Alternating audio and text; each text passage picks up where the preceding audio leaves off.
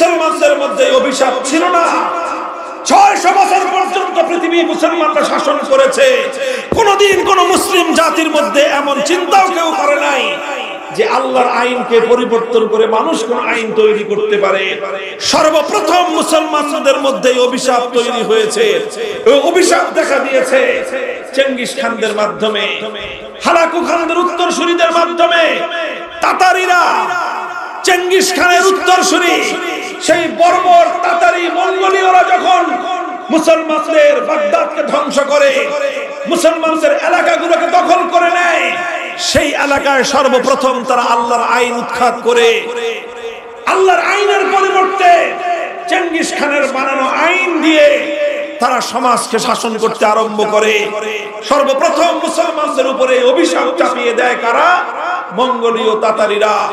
যখন এই অভিশাপ মুসলমানদের উপর চেপে বসে, এই বিপদ যখন মুসলমানদের উপর চেপে বসে, মুসলমানদের আলেম সমাজ, মুসলমানদের নেতৃত্ব লক্ষ লক্ষ মানুষের রক্তের বিনিময়ে, শাহাদাতের বিনিময়ে এই চেঙ্গিসি ফিতনা আল্লাহর আইনের পরিবর্তে মানুষের বানানো আইনকে মোকাবেলা করার জন্য, মুসলিম সমাজ থেকে উৎখাত করার জন্য তারা অবিরাম সংগ্রাম করেছেন।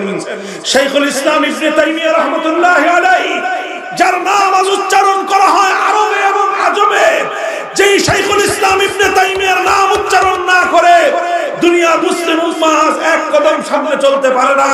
সেই ইবনে তাইমিয়া রাহমাতুল্লাহি আলাইহি তার জীবদ্দশায় এই তাতারিদের মোকাবেলা করতে গিয়ে জীবনের দীর্ঘ একটা সময় কারারুদ্ধ থেকেছেন। 6 বার তিনি কারারুদ্ধ হয়েছেন। কারাগারের অন্ধকার প্রকোষ্ঠে তার জীবনের গুরুত্বপূর্ণ সময়, অধিকাংশ সময় অতিক্রান্ত হয়েছে। সব জুলুম সহ্য করেছেন, সমস্ত ত্যাগের কুরবানি হাসি মুখে বরণ করে নিয়েছেন, কিন্তু আল্লাহর আইনের পরিবর্তে মানুষের বানানো আইনকে এক মুহূর্তের জন্য মেনে নেন নাই।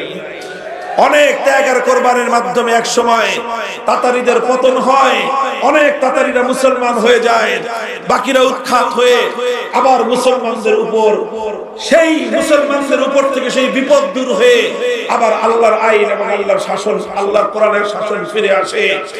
এইভাবে চলতে চলতে সেই মুসলমানদের সালতানাতে ওসমানিয়ার সময় পর্যন্ত, মুসলমানদের সালতানাতে ওসমানিয়া এবং এই ভারতবর্ষের মোগল সাম্রাজ্য সময় পর্যন্ত আইন চলতে এক প্রকার। শাসন করত মুসলমান, শাসন করত শাসক, শাসন করত রাজা বাদশাহ, আইন চলত কার? এভাবেই চলছে মুসলমানরা।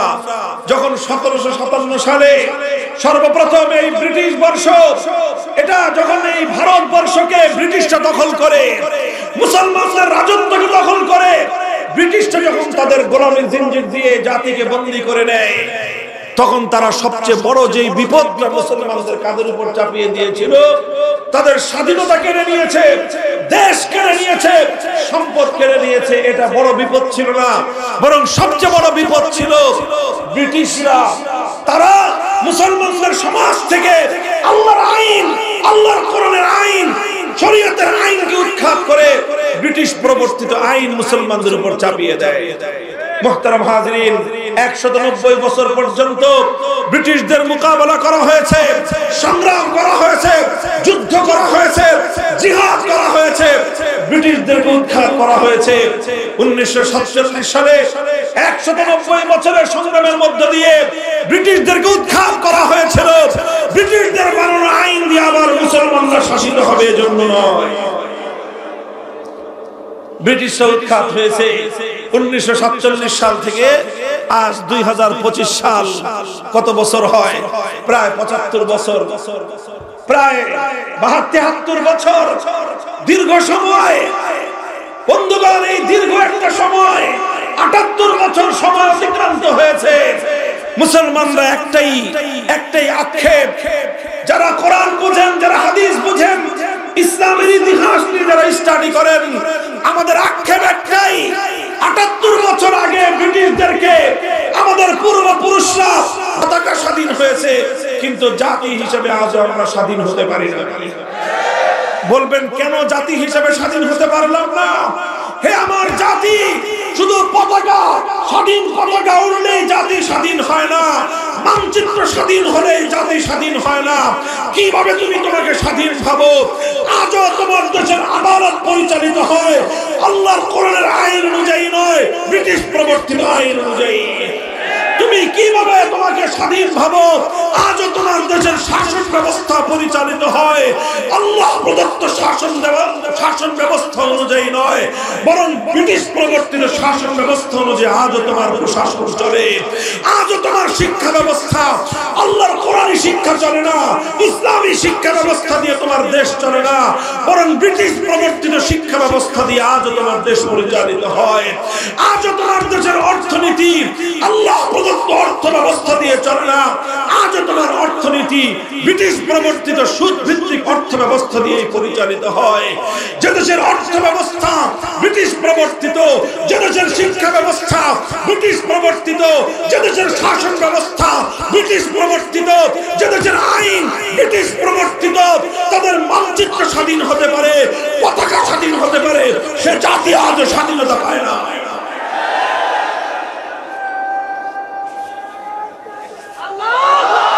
ভাই, আমার আখেরি পয়গাম, জুলাই এবং আগস্ট বিপ্লবকে দ্বিতীয় স্বাধীনতা বললে কিছু মানুষ সহ্য করতে পারে না, অথচ জুলাই এবং আগস্টের বিপ্লবের মাধ্যমে প্রকৃত অর্থে বাংলার মানুষ নতুন করে স্বাধীনতা পেয়েছে। তবে আমি তার সঙ্গে যুক্ত করতে চাই, আমরা একবার 1947 সালে স্বাধীনতা পেয়েছিলাম ব্রিটিশের গোলামীর শেকল থেকে, আরেকবার 71 সালে স্বাধীনতা পেয়েছিলাম পশ্চিম পাকিস্তানি স্বৈরাচারী খান পাঠানদের জুলুমের হাত থেকে, আবার 2024 সালে নতুন স্বাধীনতা পেয়েছি যুগের নব্য লেডি ফেরাউনের জুলুম এবং স্বৈরতন্ত্র থেকে। তবে শেষ যেই কথাটা, এই 3 স্বাধীনতার পরেও আজও আমরা পরিপূর্ণ স্বাধীনতা পাই না। বলবেন হুজুর 3টা স্বাধীনতা পাইলাম এরপরে পূর্ণ হয় নাই। আমি বলবো না, আজও আমরা পূর্ণ স্বাধীন হই নাই।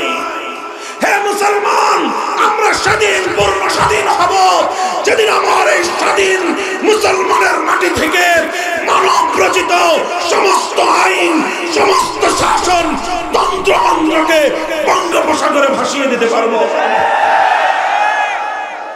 আলহামদুলিল্লাহ, জুলাই এবং আগস্ট বিপ্লবের মধ্য দিয়ে আমরা এখন নতুন করে সেই স্বপ্ন দেখতে শুরু করেছি। আলহামদুলিল্লাহ বলেন, কথা ঠিক না বেঠিক? বলবেন হুজুর জুলাই আগস্টে কি ইসলামী বিপ্লব হয়েছে? আমি বলবো যে না, জুলাই আগস্টে ইসলামী বিপ্লব হয় নাই, তবে ইসলামী বিপ্লবের পূর্বাভাস দেখা দিয়েছে। যেমন প্রতিদিন সকালবেলা যখন সূর্য উদিত হয়, সূর্য উদয়ের ঘন্টা দেড়েক আগে পূর্ব দিগন্তে সুবহে সাদেকের অভ্যুদয় ঘটে। কথা বলেন ঠিক না বেঠিক? আমরা যখন ফজরের নামাজের ওয়াক্ত হয়, ফজরের নামাজ পড়ি, তখন কিন্তু সূর্য উঠে না। সূর্য উঠে তখন সুবহে সাদেক হয়। সুবহে সাদেক হলে দুনিয়ার মানুষ বুঝে আর কিছুক্ষণ পরে সূর্যের উদয় হবে।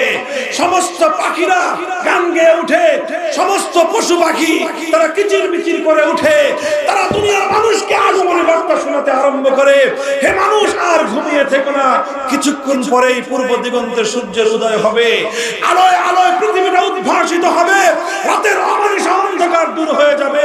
তুমি ঘুমিয়ে থেকো না, জেগে উঠো, নতুন আলোকে তুমি স্বাগত জানাও।